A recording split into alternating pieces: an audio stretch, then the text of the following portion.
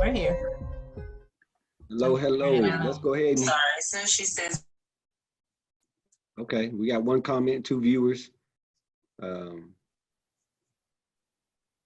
keep pushing my glasses up to keep touching my face. It's good to see everybody. We got 5 viewers. Hello, hello. Hey, hey, hey. Melody, you're muted. I am. Are we ready to go? I think Yeah, so. Okay, everyone, welcome. Good evening, and thank you again for participating in the Face It follow-up Q&A session presented by Fayette County Public Schools in the 16th District PTA.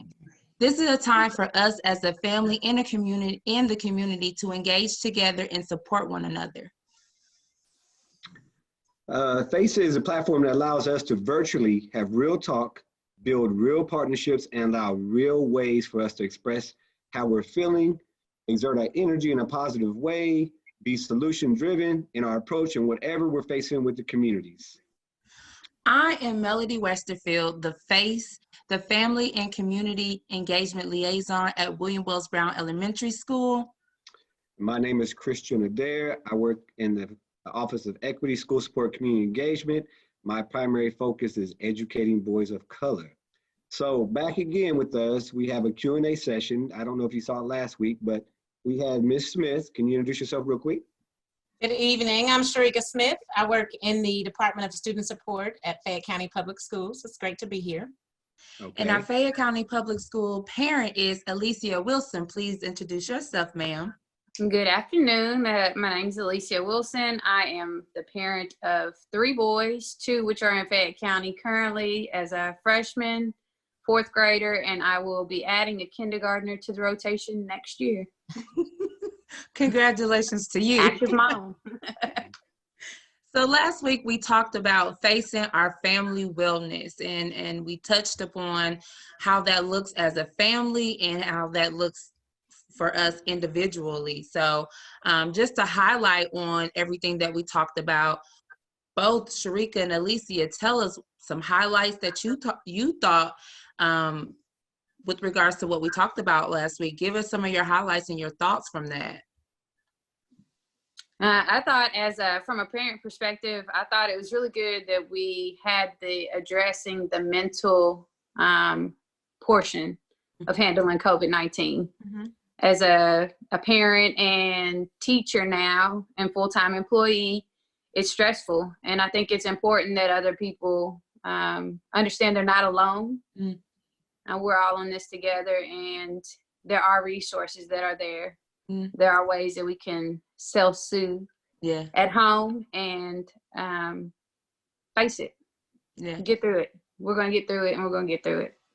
Shortly, hopefully, 2 weeks, right? Yeah. Did you say something about grace last week? Yeah, we have to remember, I think it's important for all of us to remember it's new for everybody. It's new for administration. It's new for parents. It's new for students. It's new for the teachers. We have to provide ourselves that bit of grace. There's no roadmap for this. Mm-hmm. We're all figuring it out together. And if you have that breakdown and you cry, it's okay. If you need help, it's okay. I couldn't get through it as of right now with my boys if it weren't for other people reaching out to teachers that I know, friends that I know that are struggling just like me. And we're supporting each other. But that grace is remembering that we're learning, and it's going to be okay. It's okay to fail. It's okay to hit road bumps. Isn't there growth in failing? Isn't there growth somewhere in there, right? Absolutely. Sharika, what about you? Yeah, I think Alicia hit the most important parts. Just remembering that we are all adapting to this new normal. So, if you are at home feeling like you're not doing enough, please remember that the next family who's got school-age children, or even the next family with, a person living by themselves, we're all adapting to this new normal. So if your daily routine doesn't look like somebody else's, that's completely okay. Mm-hmm. It's going to look different from your neighbors, but we all are trying to get by and kind of deal with what we've got in front of us right now. So, but it is nice that our community is rally together, our school systems rally together to provide resources and just ways to kind of help us get through it. So, Right. yeah. Well, last week, from the show or the event or the conversation we were having, we had a parent do a reflection, and they stated the following. They said, "I don't realize when I am stressing. What are good ways to stay in tune with my own stress level and how it impacts me overall?" So if somebody can kind of, Sharik, if you could start that off and kind of tell us, how do you know you're even stressed out? You just kind of, we're halfway underwater and we're trying to survive, but we don't understand that stress. Yeah. We kind of touched on this last week too. I think the number one key for that, excuse me, is to listen to your body. If you are starting to feel like you're becoming short-tempered, or just, your body physically is changing, headaches or stomach aches, that is a huge sign. But also, before you even get to that point, I think it's important that we build in breaks for ourselves. Okay, so we can put ourselves on the schedule. We can be on a time limit, but make sure you incorporate a break, because we want to kind of prevent us from getting to that high stress level if we can. So just making sure that you take time to go outside and get some fresh air, take time to exercise, and just building breaks for you and your kids if you have them. So I was just reading something today, not to jump into, but they said actually by rubbing your own ears down. And I did, our school, a test that said rub your ears and it calms you down. But exercise is the number one way of relieving that stress. And you may not know you're stressful, so you should exercise anyway, right? Yeah, yeah. It's funny you said that, And Christian. exercise can be talking about the touch. Think about it. Our kids get this stressed as well, right? They're stressed through this duration of NTI and COVID-19. Stop and give them a shoulder rub.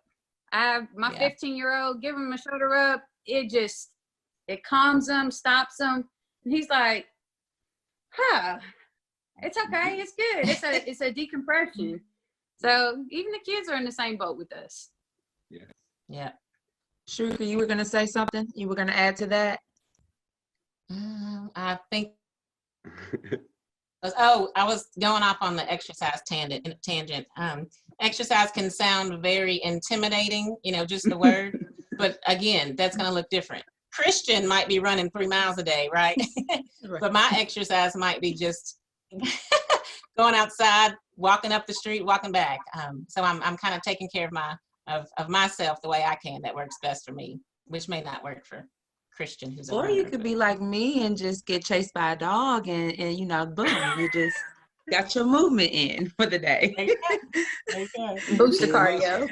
I mean, you get your movement in for the day. So, so this is a question for the both of y'all as well. Some of our parents are feeling like homeschooling, this expectation, and it's just too much, and keeping up with it is just overwhelming to them, and they're feeling defeated, and they're feeling like they fail, and they're failing their children or child, depending on how many kids they have in the household. How do they address this concern and this expectation that clearly they're putting on themselves, or we think that, this is a requirement of us? How do we address that? So I had my moment with this as well, especially getting everybody situated. I cried, honestly. I had a moment where I cried, and then I had a moment where I reached out to my administration at school.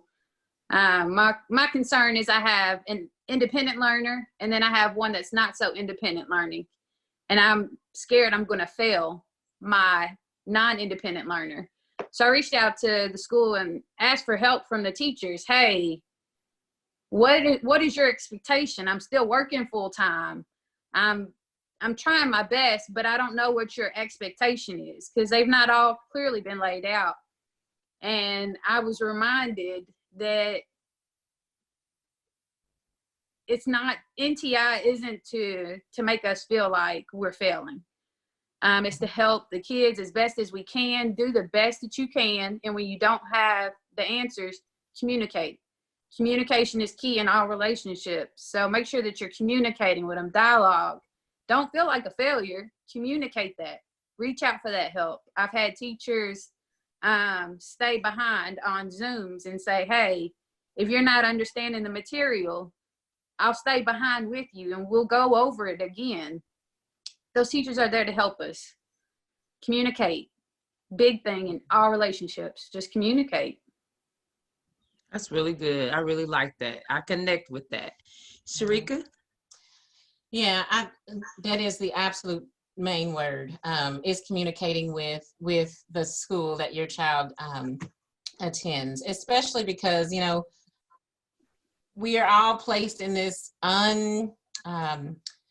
planned event, right? So Yeah. usually when you're homeschooling a child, typically that's something that you plan to do. You know, if you're not doing the homeschooling, there's a certified teacher who comes and does that. So this is completely different than homeschooling. This was unplanned. This was sudden. This is something that, you know, everybody's going through. So don't feel like you're failing your child if, you know, you're, like I said before, like if your daily routine or your schoolwork looks different, right? So do what you can. The teachers are not out to get you all as parents. The teachers are not out to get the kids and to fail the kids. That's not the point. That's not the goal of NTI. The goal of NTI is it's a non-traditional, just like what it stands for, non-traditional instruction. We want the kids to continue to get instruction. We want the kids to continue to see teachers' faces, to see our student support folks' faces. So however that looks, you know, whether it's Zoom or whether it's Google Chat or FaceTime, we want to bring some normalcy, but also just to validate that we realize this looks different. So if you can do 2 math problems, do 2 math problems, right? If somebody over here is doing everything and wants extra work, let them do everything and get extra work. But if you need help, if you fall behind, those teachers are there. We are working all day, same hours and even more, you know, during this time for you, for your kids. And so anytime you need something, reach out. And again, we talked about mental health resources, your social workers, your counselors, your district mental health specialists, your FRISCs, school psychologists. They are all there also to support you in whatever way you can. Again, virtually is the easiest right now. So we keep talking about failure. We cannot fail on this. This is like the Socratic method. It's about growth. It's about trying. It's about effort. And I am praising these parents' effort in taking their kids' education and making it a priority. The whole country is talking about education, and that's a good thing. I think teachers are being appreciated for the work they've been doing, because a lot of parents didn't realize the effort because they've been out of school a while. But parents are the first educator, first of all. You've been already educating your kids from day one. So that hasn't changed. It is a fine line between school education and life education, but we're blending those. And parents, you're not failing. Failure is how we get to inventions. Failure is how we do things better. And so just like Socratic method, you're not wrong in your approach. We're just trying to figure this out with you. And the school system is still here to support you. And we appreciate you doing what you're doing. That brings me to, well, I just want to throw this out there real quick. We are going to take questions. If you want to put in comments down below, if you want to do a comment, we will respond to comments possibly. Or if you just want to make an observation and kind of bring up a topic.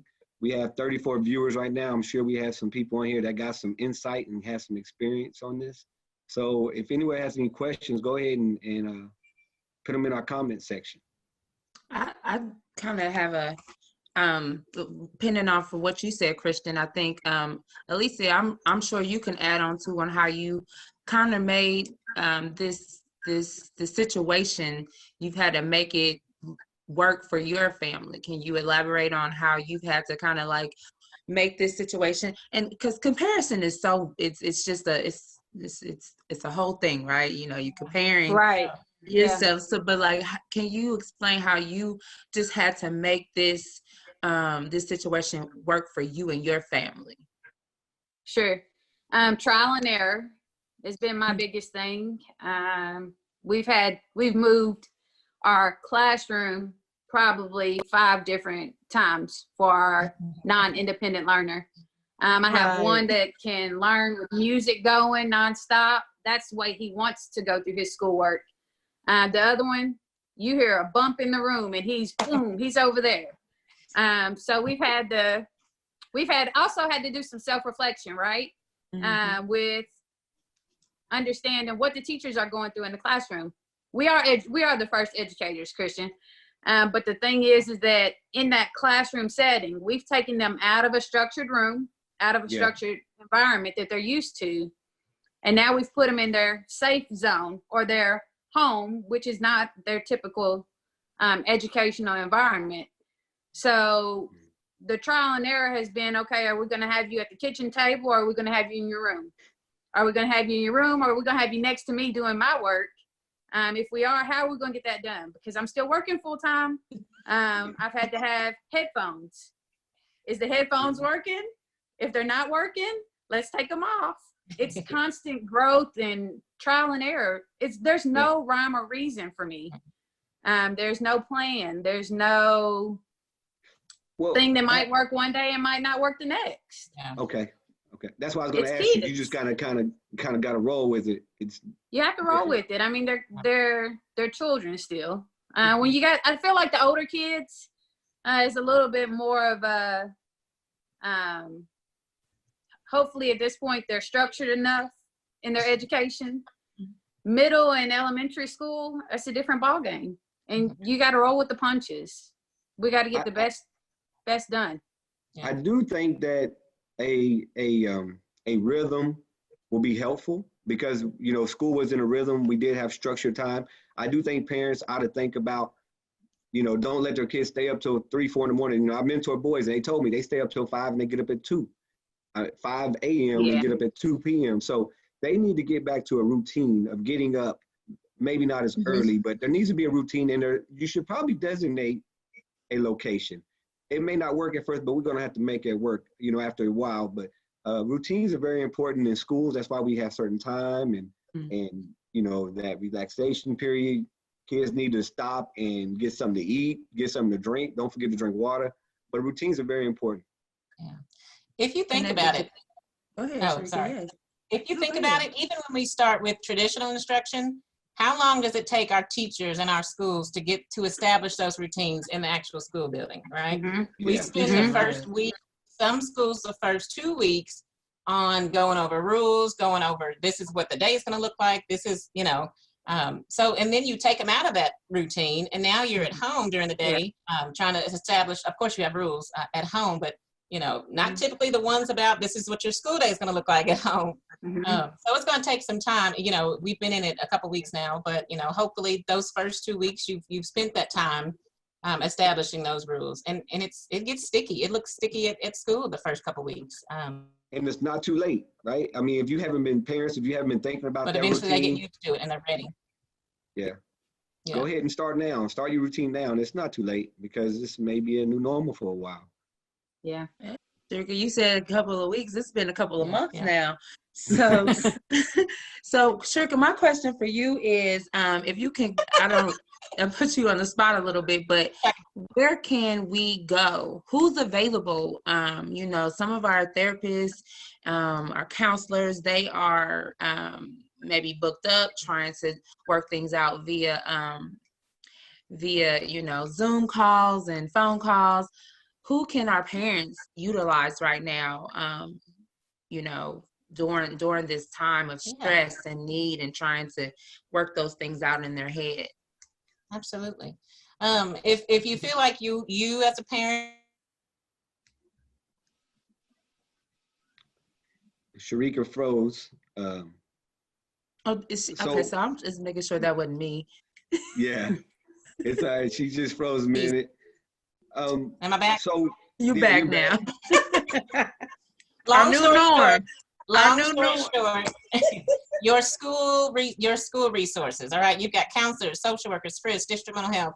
Reach out to them on a school level, and if you feel like, or if they feel like you need a higher level of care, we have agencies in the community, the Ridge, Peace Hospital. We have KVC, all different agencies that they can help you refer to if needed. So to contact people directly, what is the process of contacting them? Are people, just call them, email them? What are you saying? Is she froze again? Site and email them. go to the school website and find that Frisk name and click their name on their school website or the phone number there. We are working our normal hours for the school system. So make a phone call, leave a message, and email them directly. Yeah. Okay. So do we have anything else to add? If not, I can wrap us up. Alicia, any last words? Hang in there, guys. We've got 2 weeks left. We can do it. We can do it, parents. Push through. Yes. Take it one It's day gonna be at a okay. time. One day at a time. Remember, day at a provide time. yourself that grace, and we're gonna get through it. That sounds good to me. Well, like always, this was great information. This was a great informational session, and I thank you all for joining us for this week's Face It Q&A chat. This was the Q&A. We would like to stay connected with everyone and continue to build a stronger community of support for all of our families. Christian, can you tell them how we can do that, how they can do that? Well, first of all, Wednesdays at 6:30, we will be coming back to you again to have conversations. We will be inviting some more professionals and more parents to engage in conversation. Again, we asked you to send us questions, so we are prepared to answer them next time. If you want to be a guest on this show, matter of fact, you can probably put down on the bottom here your contact information. We may reach out to you, see if you want to be involved. Because one of the main things, we're just trying to talk, and we are probably hitting on some issues that you're thinking about. So again, this is Face It. Are we going to post the contact information on the screen here, Scully? So we have our email is for information that you want to pass along. The email is going to be faceit@fayettekyschools.us. Again, that's faceit@fayette.kyschools.us. You can text or text that information and text them some suggestions into 859-903-5531. And if you all will come back next Wednesday at 6:30, we have another featured topic, and that's during this pandemic. So we just want to continue to stay connected with you and continue to face it all together. You all stay tuned because we have another Face It live that's going to happen for our Spanish-speaking family. So those of you who want to hear it in Spanish, stay tuned. They're coming up right behind us. For now, you all have a good evening. We'll talk to you soon. Bye. Bye. Bye.